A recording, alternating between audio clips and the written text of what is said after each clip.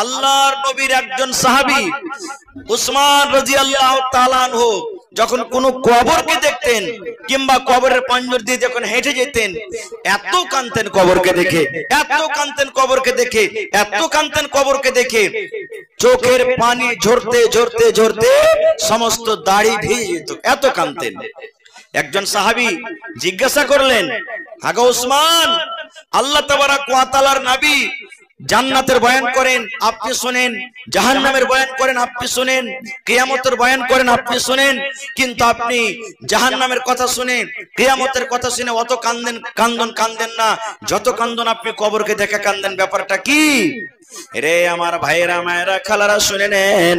এইবারে উসমান রাদিয়াল্লাহু তাআলা আনহু বললেন, ও আমার সাথীরা, ও আল্লাহর নবীর সাহাবীরা, তোমরা শুনে নাও, আমি জাহান্নাম দেখে এই জন্য কান্দি না, আমি কবর দেখে এই জন্য কান্দি, আমার কবর দেখে এই জন্য চোখের পানি ঝরে।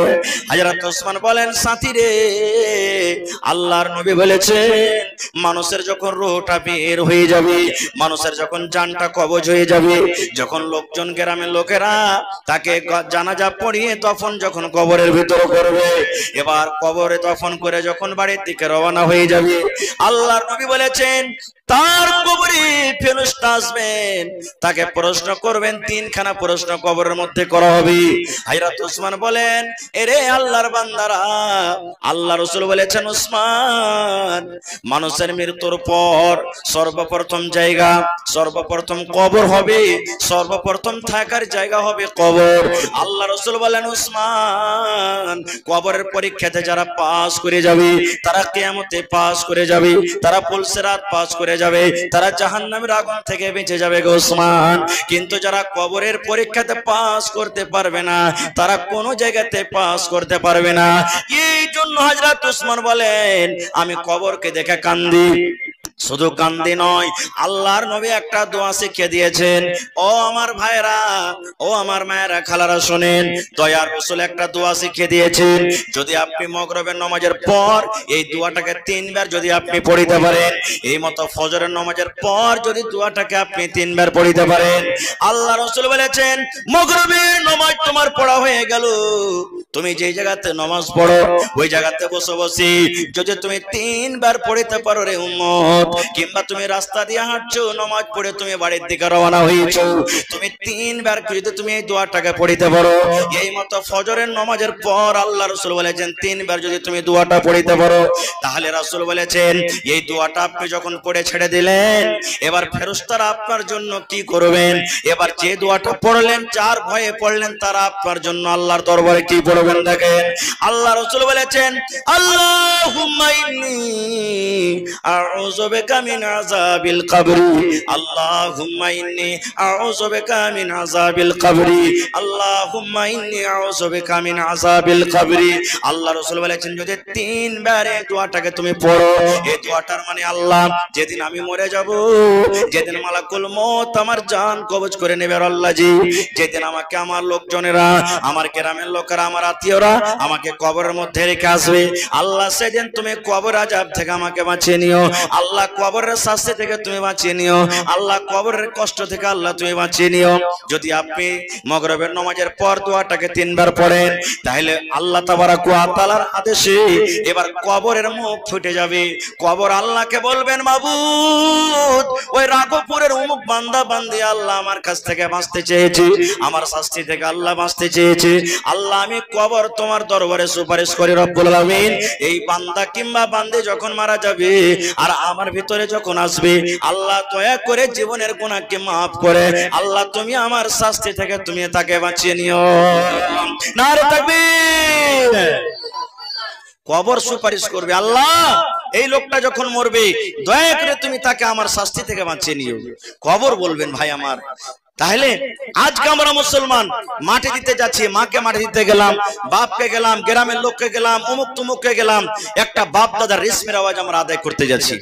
রাস্তা দিয়ে হাঁটছি, কবরকে দেখে কি ভয় করব? কবরকে দেখে কি কানবো? দেখছি খুব ভালো হয় মা কই লেগেছে, হ্যাঁ বে কোন মাকে লাগালছি বে, কোন জায়গা থেকে যে বিছনটা এনেছে, সুবহানাল্লাহ, মোচাটা কত একবারে খাইমটা খাইমটা মোটা মোটা হয়ে হয়েছে, এই তো আমাদের কান্দন। রাস্তা দিয়ে হাঁটতে হাঁটতে হাঁটতে যদি কোনো মাকড়ের গাছ টিম টিম টিম টিম করছে, ভালো হয়, জোর হয়নি, তো কি বলবে একজনা, এই খেতি করতে জানে না, তো কেন খেতি করছে? হ্যাঁ, খেতি করবে ঢং নাই, ফসল করবে ঢং নাই, কি কারণে এই ফসলটা করছে? এই তো আমাদের কথা, এই তো আমাদের দোয়া, এই তো আমাদের কান্দন। ভাই আমার, খারজা হোক, আল্লাহ তাবারাক ওয়া তাআলার রাসূল এবার মা আয়েশাকে বলছেন, আয়েশা তুমি জেনে নাও, নবীজি বলছেন, আয়েশা কিয়ামতের দিন তিনটা স্থান এমন রয়েছে, কিয়ামতের দিন তিনটি জায়গায় এমন রয়েছে, আল্লাহর নবী বলছেন, আয়েশা তোমরা যদি কোনো মুসিবতে পড়ে যাও, তোমরা যদি কোনো পেরেশানিতে পড়ে যাও, তোমরা যদি কোনো কষ্টতে পড়ে যাও, দয়ার রাসূল বললেন, আয়েশা আমি কিয়ামতের দিন তিনখানা জায়গাতে তোমাদের কোনো কাজে আসতে পারবো না। এত কঠিন দিন হবে কিয়ামতের দিনটা। শুধু তা নয়, ওই কিয়ামতের ব্যাপারে আল্লাহ রাসূল অন্য হাদিসে বলেছেন যে মাথার উপরে সূর্য থাকবে, মাথার উপরে সূর্য থাকবে। কতখানি উঁচাতে সূর্য থাকবে? 1 মাইল। 1 মাইল, মাইলের দুটো তরজমা করা হয়েছে। মাইল বলতে দুনিয়ার যে নাপ আছে মাইল, এই মাইল, কিংবা এই যে চোখে সুরমা লাগাই আমরা, চোখে সুরমা, সুরমার সালাইটা দেখেছেন আপনারা? খড়ি খান, এত বড় কাঁটা হয়। এই দেখেন সুরমার যে কাঠিটা আছে, চোখে যে আমরা সুরমা লাগাই, ওই কাঠিটার মাথা থেকে এতখানি উঁচাতে সূর্য থাকবে। এবার আপনি বলেন, আজকে কত কোটি কোটি মাইল উঁচাতে সূর্য, তার তাপ, তার গরম যদি আমরা সহ্য না করতে পারি, যেই দিন মাথার উপরে সূর্য থাকবে আর শরীরে কোন রকমের কাপড় থাকবে না, সেদিনকার অবস্থাটা কি হবে একটু বুঝতে পারছেন? বুঝতে পারছেন? ওরে সুবহানাল্লাহ। সেই দিন কিন্তু কেউ চিনবে না কাহ কি, না বেটা চিনবে, না বেটি চিনবে, না মা চিনবে, না ছেলে চিনবে, না স্ত্রী চিনবে, কেউ কাউকে কোনোদিন চিনবে না। সব পালিয়ে যাবে আপনাকে ছেড়ে ছেড়ে। ওই কিয়ামতের দিনের ব্যাপারে আল্লাহ রাসূল বলেছেন, রে আমার উম্মত, লা তাজুলু কদম ইবনে আদম হাত্তা ইসআল আন খামস। আজকে মাত্র 5টা নিয়ামতের কথা আপনাদের সামনে রাখবো। মনে করেন এটা কিয়ামতের মাঠ, মনে করেন এটা হাসরের মাঠ, আজকে আপনার বিচার হবে, আজকে কিয়ামতের মাঠ চালু হয়ে গেছে। আজকে আপনাদের কাছে আপনি একটু প্রশ্ন করব, একটুখানি আপনাকে পরীক্ষা করব। যদি 5খানা সওয়ালের জবাব আপনি দিতে পারেন, আল্লাহর কাছে ওয়াদা আছে, দাবি আছে, কিয়ামতের দিন ইনশাআল্লাহ আপনি পাস করে যাবেন। আর যদি এই আজকে মাহফিলে এই পিন্ডালের তলাতে বসে বসে আমি আপনাকে 5খানা প্রশ্ন করব, আর যদি 5খানা প্রশ্নের আপনারা উত্তর না দিতে পারেন বন্ধুরে, তাহলে এই হালাতে যদি মত হয়ে যায় আর আপনি যদি ভালো আমল না করতে পারেন, আর এই প্রশ্নগুলির তৈরি করে যদি আল্লাহর কাছে যেতে না পারেন, বলেন আল্লাহ তাবারাক ওয়া তাআলার কাছে আপনি কি হিসাবটা দেবেন? বলবেন মাওলানা কি কি সওয়াল, কি কি প্রশ্ন আছে? রাসূল বলেছেন 5খানা সওয়াল হবে। কত ভাই? জোরে বলেন কত? 5খানা সওয়াল হবে। যদি 5টা প্রশ্নের উত্তর আপনি দিয়ে দেন, আল্লাহ তাবারাক ওয়া তাআলা ইনশাআল্লাহ আপনাকে কিয়ামতের দিন কামিয়াব করে দিবেন। কিভাবে প্রশ্ন হবে? আজকে আপনি জানেন না, যখন কেস মুকদ্দমা হয় জজ হাকিমের সামনে, এই যে দেখেন এরকম ভাবে একটা কাঠ ঘোরাতে দাঁড় হয়ে ওখানে আপনাকে সওয়াল জবাব করতে হয় কি হয় না? আল্লাহর সামনে দাঁড়াইতে হবে, আল্লাহ তাবারাক ওয়া তাআলা নিজে ফয়সালা করবেন। আর এই যুগে তো হাকিম কিনে পাওয়া যায়, উকিল কিনে পাওয়া যায়, সারপঞ্চ কিনে পাওয়া যায়, বিভিন্ন রকমের মানুষ কিনে পাওয়া যায়। পকেটে টাকা থাকলে আপনি কিনে পেয়ে যাবেন। আপনার পক্ষ থেকে জায়েজকে নাজায়েজ করবে, নাজায়েজকে জায়েজ করে দিবে। কিন্তু কিয়ামতের দিন আল্লাহ তাবারাক ওয়া তাআলার দরবারে কিছু চলবে না, এগুলা কিছু চলবে না। খুব এবার বলবেন হাজী মাওলা প্রশ্নগুলা কি? একবারে শর্টে বলবো। আল্লাহর রাসূল বলেছেন, লা তাজুলু কদম ইবনে আদম, আদমের সন্তানের এক কদম আগা পিছা করতে পারবে না। আদম সন্তান মানুষেরা যদি বলে আল্লাহ এক কদম আমি পিছে হটে যাব, এক কদম পিছে হটতে পারবে না। আর যদি বলে এক কদম আমি আগে বেড়ে যাব, তা হটতে পারবে না। যদি বলে এক কদম আমি ডান দিকে চলে যাব, তাও যেতে পারবে না। যদি বলে এক কদম আমি বাম দিকে যে চলে যাব, তাও যেতে পারবে না। আল্লাহ রাসূল বলেছেন, লা তাযুলু কদম ইবনে আদম, আদমের সন্তান রে তোমরা কান করে শুনে নাও, কিয়ামতের দিন তোমরা যতক্ষণ আল্লাহর দরবারে আল্লাহর সামনে পাঁচখানা জিনিসের সওয়ালের জবাব পেতে না পারবে, অতক্ষণ পর্যন্ত তোমরা এক কদম আগে পিছে তোমরা হটতে পারবে না। পাঁচখানার মধ্যে আল্লাহ রাসূল সর্বপ্রথম বলেছেন, আন উমারিহি ফিমা আফনাহু। আল্লাহ পাঁচখানার মধ্যে সর্বপ্রথম যেটা আল্লাহ প্রশ্ন করবেন, আন উমারিহি ফিমা আফনাহু। আল্লাহ বলবেন, দুনিয়ার মানুষ রে, এরে আব্দুল্লাহ, এরে আব্দুর রহমান, এরে আব্দুল সাত্তার, এরে আব্দুল জব্বার, এরে খালেদা, এরে সাইয়েদা, এরে হাবিবা, এরে সায়রা, এরে কুলসুম, আমি তোমাকে জীবনে 60 বছর জীবন দান করেছিলাম, তোমাকে দুনিয়াতে 80 বছর জীবন দিয়েছিলাম, তোমাকে দুনিয়াতে 100 বছর জীবন দিয়েছিলাম, তোমাকে দুনিয়াতে 40 বছর তোমাকে জীবন দিয়েছিলাম। এ আমার বান্দা বান্দি তোমরা শুনে নাও, আনমারহি ফিমা আফনাহু, এই তোমাকে আমি বয়সটা দান করেছিলাম, এই বয়সখানা তুমি কোন কাজে তুমি কাটিয়েছো?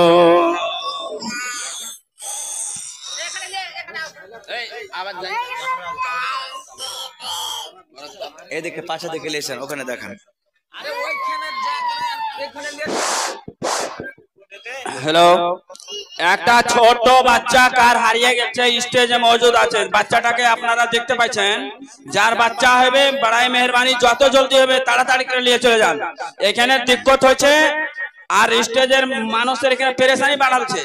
আপনি যার বাচ্চা হবে তাড়াতাড়ি করে এসে নিয়ে চলে যাও বাচ্চাটাকে। আসসালামু আলাইকুম। একটা কাজ করেন, শুনেন না, এই জাল সাথে ছেলে পিলে যা হারাইছে, ছেলে পিলার মা গালা কি করছে জি, আজ থেকে 20 বছর আগে ছিল, যখন কোন ফসল পানি কাহরের খাইতো, ছাগল গরু গালাকে ধরে কোন জায়গাতে পৌঁছাতো ভাই? আড় গাড়াতে নাকি? আপনারা জালসার কমিটি একটা ঘর বানান, যত ছেলে কানবো ওখানে ভর্তি করেন সবকে। আর এখানে এলান করেন যে ছেলে ওখানে যার হারিয়ে গেছে জমা আছে, যার ছেলে নিয়ে এলো ওখান থেকে। বারবার ডিস্টার্ব হচ্ছে এখানে। হায় আল্লাহ।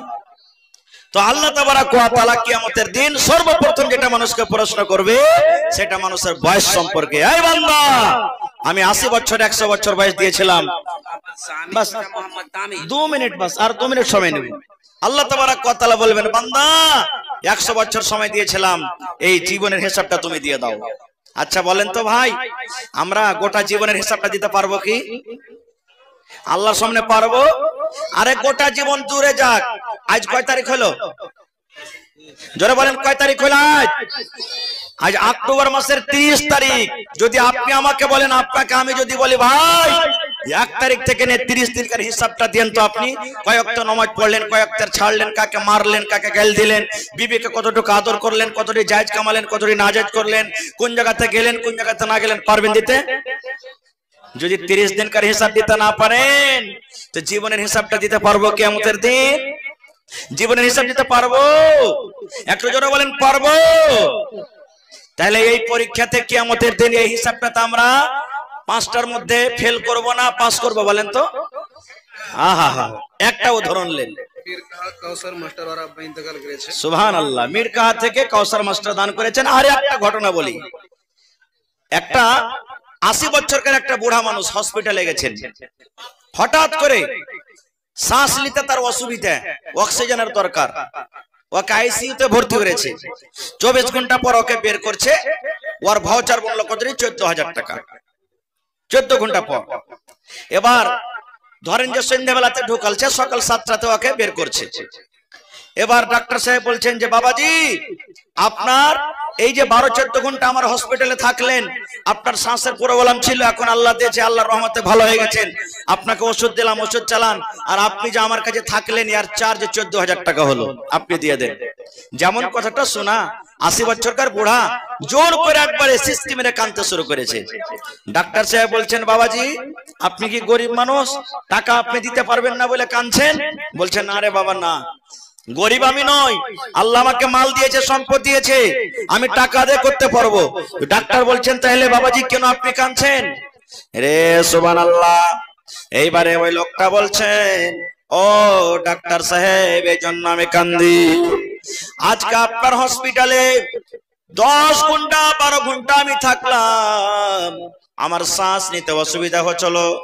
আপনার হসপিটালে আমি 10 ঘন্টা 12 ঘন্টা থাকলাম, আপনার হসপিটালে ভর্তি হয়ে থাকলাম, যার কারণে আমাকে 14,000 টাকা আদায় করতে হবে। ডাক্তার বাবু, এই জন্য আমি কান্দি। আল্লাহ তাবারাক ওয়া তাআলা আজকে আমাকে 80 বছর বয়সে পৌঁছে দিয়েছি। এই 80 বছর বয়সে জীবনে কত আমি শ্বাস নিয়েছি, আল্লাহর দেওয়া অক্সিজেন নিয়েছি, আমি আল্লাহর তৈরি করা আল্লাহর দেওয়া অক্সিজেন নিয়েছি, শ্বাস নিয়েছি, শ্বাস ছেড়েছি। আল্লাহ তাবারাক ওয়া তাআলা যদি এই একটা দিনের হিসাবের বিনিময়ে যদি কিয়ামতের দিন আল্লাহ আমাকে প্রশ্ন করে, এরে আল্লাহর বান্দা, আল্লাহ রাব্বুল আলামিন যদি প্রশ্ন করে দেয়, এরে আল্লাহর বান্দা, তুমি একটা দিন শ্বাস নেওয়ার জন্য তোমার অসুবিধা হয়েছিল, তুমি অসুখে ছিলে, যার কারণে তুমি 14,000 দিয়েছো। একদিনের দাম যদি 14,000 টাকা হয়, এ বান্দা, তোমাকে 80 বছর বয়স দিয়েছিলাম, তুমি 80 বছরকে 14 দিয়ে গুণা করে দাও, যত টাকা হয়েছে তুমি আদায় করে দাও। ডাক্তার বাবু, কিয়ামতের দিন এই হিসাবটা আল্লাহ রাব্বুল আলামিনের সামনে আমি কেমন করে জবাব দেব? এই জন্য আমি কাঁদছি ভাই। সামান্য একটা শ্বাস, তার হাত আছে, পা আছে, সবকিছু আছে, তাহলে শর্ট কথা বুঝালেন, কিয়ামতের দিন জীবনের হিসাব দিতে আমরা পারবো না। খুব ভাই, এই যে টাকা আসতে শুরু হয়ে গেছে, আমি আর 4টা মাত্র ইনশাআল্লাহ আবার কোন জালসাতে যদি বাঁচিয়ে রাখা আল্লাহ ওদিকে যাব। তার আগে আর একটা হাদিসের তরজমা আপনাদের সামনে আমি করি। আজকে জালসাটা মাদ্রাসার না মসজিদের? আপনারা বলেন, মসজিদের জালসা না মাদ্রাসার জালসা? মসজিদের জালসা। মসজিদটা কার ঘর? আল্লাহর ঘর। সুবহানাল্লাহ। এবার আল্লাহ তাবারাক ওয়া তাআলার নবী এই আল্লাহর ঘরের ব্যাপারে কি বলেছেন জানেন? মান বানা লিল্লাহি মসজিদান বানাল্লাহু লাহু বাইতান ফিল জান্নাহ। আল্লাহর নবী বলেছেন, আল্লাহ তাবারাক ওয়া তাআলার জন্য যে এখন ঘর নির্মাণ করবে, মসজিদ যে বানিয়ে দিবে, আল্লাহর ইবাদত খানা, যে ঘরে আল্লাহর ইবাদত হবে, যে ঘরে আল্লাহর বান্দেগি হবে, আল্লাহ তাবারাক ওয়া তাআলা কিয়ামতের দিন জান্নাতের ভিতরে তার জন্য এখানটা ঘর বানিয়ে দিবে। এবার বলবেন, হাজী মাওলানা, গোটে ঘর তো বানাইতে পারবো না আমরা, গোটে ঘর বানার আমাদের শক্তি নাই। ধরেন যে আজকে মোটামুটি 15 থেকে 20 লাখ টাকা আপনাদের ছাতে খরচ হবে, নাকি 20 লাখ টাকা ছাতে খরচ হবে। তা আমরা গরিব মানুষ হয়তো 5,000 দিতে পারবো, কেউ 10,000 পারবো, কেউ 50,000 পারবো, কেউ 1 লক্ষ টাকা পারবো, কেউ 10 টাকা পারবো। তাহলে কি আমাদের জন্য আল্লাহ তাবারাক ওয়া তাআলা কোন ইনাম রাখেননি? রেখেছেন। আল্লাহ রাসূল বলেছেন, এ আমার উম্মত, তোমরা শুনে নাও, বাঁশে তোমরা যে পাখির বাসা দেখো রে উম্মত, এই যে তোমরা গাছে তোমরা দেখো, ঘরের ভিতরে দেখো, অন্য অন্য জায়গাতে তোমরা দেখো পাখিতে বাসা করে রেখেছে। দয়ার রাসূল বলেছেন, পাখির বাসার সমান জায়গার সমান তোমরা যদি দুনিয়াতে এখন মসজিদ বানিয়ে দাও, আল্লাহ রাব্বুল আলামিন তার বিনিময়ে তোমার জন্য জান্নাতে এখন ঘর বানিয়ে দেবে। বলবেন কেমন কথা যে মাওলানা, এটা সহিহ হাদিস, এটা যে পাখির বাসার সমান যদি তোমরা মসজিদ করে দাও, তবে আল্লাহ জান্নাতের ভিতরে ঘর বানাবেন। এর দুটা আছে তরজমা, দুটা মতলব আছে। একটা হলো অরিজিনালি যতই ছোট মসজিদ হোক, ছোট থেকে ছোট মসজিদ হোক, যদি ইবাদতের জন্য ওকে তৈরি করা হয়, আল্লাহ জান্নাতের ভিতরে ঘর বানাবেন। আর একটা তরজমা হলো কি, একটা মতলব হলো কি, ধরেন আপনার ঘরে, আল্লাহর ঘরে 10 লাখ টাকা খরচ হবে, এবার আপনি 10,000 টাকা দিয়ে দিলেন। এবার 10,000 টাকা, আপনার 10,000 টাকাতে সিমেন্ট কেনা হলো, গিট্টি কিনা হলো, বালু কিনা হলো, ছড় কিনা হলো, আরো বিভিন্ন রকম কিনা হলো। এবার আপনার ওই 10,000 টাকা দিয়ে যদি ছাদ ঢালাই করা হয়, মসজিদ বানা হয়, তো আপনার ভাগে ধরেন একটা পাখির বাসার সমান জায়গার কাজ হলো। আল্লাহ রাসূল বলছেন, অতখানি জায়গাও তুমি যদি বানাইতে পারো, তো কিয়ামতের দিন আল্লাহ তোমার জন্য জান্নাতের ভিতরে এখন ঘর বানিয়ে দিবেন। হযরত ওসমান রাদিয়াল্লাহু তাআলা আনহুকে যখন শহীদ করা হয়েছে, ঘরের ভিতরে বেঈমান শয়তানেরা বন্দী করে রেখেছেন। উসমানকে মসজিদে নামাজ পড়তে আসতে দেয় না, বাড়ির ভিতরে রেখেছেন, খানা পিনা সব বন্ধ করে দিয়েছেন। এবার রাসূল এলান করে দিয়েছেন, আল্লাহ তাবারাক ওয়া তাআলা রাসূল এলান করেছেন, কে তোমরা এমন আছো, কোন আল্লাহর বান্দা আছো যে এই মসজিদের সামনে যে ফাঁকা জায়গাটা আছে এই জায়গাটা তোমরা কিনে মসজিদে যদি লাগাইতে পারো, আল্লাহ তাবারক ওয়া তাআলা তার জন্য জান্নাতে এখানটা ঘর বানিয়ে দিবেন। রে সুবহানাল্লাহ। উসমান রাদিয়াল্লাহু তাআলা আনহু এলান করে দিলেন, আল্লাহর নবী গো, আমি উসমান এই মসজিদের খালি জায়গাটা, এই মসজিদের ফাঁকা জায়গাটা যত টাকা লাগবে, যত পয়সা লাগবে নবী গো, আমি কিনে এই মসজিদে লাগিয়ে দিলাম, সাটিয়ে দিলাম। তাহলে বোঝা গেল যে আপনি মসজিদে যদি জমিন দান করেন, আপনার মসজিদের আশেপাশে জমিন নাই, মাঠে ঘাটে জমিন আছে, এক বিসমিল 1 কাঠা 2 কাঠা বিক্রি করে যদি মসজিদে লাগাইতে পারেন, আল্লাহ তাবারক ওয়া তাআলা এই দানের বিনিময়ে জান্নাতের ভিতর আপনার জন্য ঘর বানাবেন। তো ভাই আমার, আমি কথাকে আর লম্বা না করে আল্লাহর ঘরের জন্য আজকে জালসা, এই যে গত কয় তারিখে আপনাদের পড়োশি হাতিনাতে একটা জালসা হলো, সুবহানাল্লাহ, মোটামুটি 49 লাখ টাকা কালেকশন হয়েছে। এই আমাদের বনালীতে, বড় বনালীর পাশে একটা জায়গা আছে খড়বাড়ি, ওখানে জালসা হয়েছে, মোটামুটি 30 লক্ষ টাকা চাঁদা হয়েছে, আর একটা লোক 7,95,000 টাকা দান করেছেন। সুবহানাল্লাহ। একটাই লোক, একটা লোক 4 লক্ষ টাকা দান করেছেন, একটা লোক 2 লক্ষ টাকা দান করেছেন, আর 50,000, 30,000, 20,000 তো এগুলা আগিনতি দান করেছেন। তবে আজকে দেখি এই রঘপুর এলাকাতে আল্লাহর ঘরের জন্য কোন আল্লাহর বান্দা নেই যে মাওলানা আমার মা, বাপ, দাদু, দাদি কত লোক কবরে চলে গেছেন, তাদেরকে স্মরণ করে আমি আজকের জালসাতে 1 লাখ টাকা দান করব। কোন একটা লোক নেই, মাওলানা আমি 1 কাঠা জমিন দান করে দিলাম মসজিদে, মাঠের তো মাঠের, আমি বিক্রি করে যা টাকা হবে আমি মসজিদে দান করে দিব।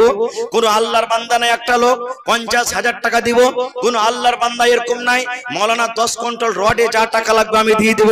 কোন আল্লাহর এরকম বান্দা নাই মাওলানা মসজিদের ছাদে যত পকেট সিমেন্ট লাগবে আমি একাই দিয়ে দেব। আসসালামু আলাইকুম। ওয়া আলাইকুম আসসালাম। মাশাআল্লাহ, দেখেন 2 চোখের অন্ধ একজন ভাই 50 টাকা দিয়েছেন। আল্লাহ রাসূল বলেছেন, যার আমি বড় নিয়ামত 2টা চোখ কেড়ে নিয়েছি, সবর করে তো তার বিনিময়ে আমি আল্লাহ তাকে জান্নাত দিয়ে দেব। সুবহানাল্লাহ। তো ভাই, আমি আবদার রাখলাম, কোন আল্লাহর বান্দা নাই, দেখি মাওলানা আমি 20,000 টাকা দান করলাম, মাওলানা আমি 10 গাড়ি বালুর দাম দিলাম, 5 গাড়ি বালুর দাম দিলাম, 2 গাড়ি বালুর দাম দিলাম, আমি 5 গাড়ি গিট্টির দাম দিলাম, আমি 10 কুইন্টাল রডের দাম দিলাম। এই করে করে করে আসেন আপনারা একটু 10 থেকে 15 মিনিটের মধ্যে, এবং কমিটির লোককে বলবো মা খালারকে পিন্ডালে চাদর নিয়ে আপনি পাঠান। কহ কি মা খালারকে পিন্ডালে চাদর নিয়ে কমিটির লোক পাঠান তাড়াতাড়ি করে। মা খালারকে পিন্ডালে যারাকে আপনি দায়িত্ব দিয়েছেন চাদর দিয়ে ওই মহিলা প্যান্ডেল আপনি পাঠান। আর আপনাকে বলবো, আমার পিছনে আরো 5 জন 6 জন বক্তা আছে ভাই, তবে আমার হাতে আপনারা যত তাড়াতাড়ি পারবেন 8 ঘন্টার ভিতরে ভিতরে আপনারা কোন এমন আল্লাহর বান্দা বাকি থাকিয়েন না যে আমি দান করিনি। সবাই একটু দলে দলে আসেন আর নিজের নিজের দানটাকে আমার হাতে আপনারা দিয়ে যান। মাশাআল্লাহ, একজন 50 টাকা, একজন 300, একজন 120 টাকা, আর এই যে কিছু দান এসেছে আমার হাতে, একজন 2200 টাকা দান করেছেন।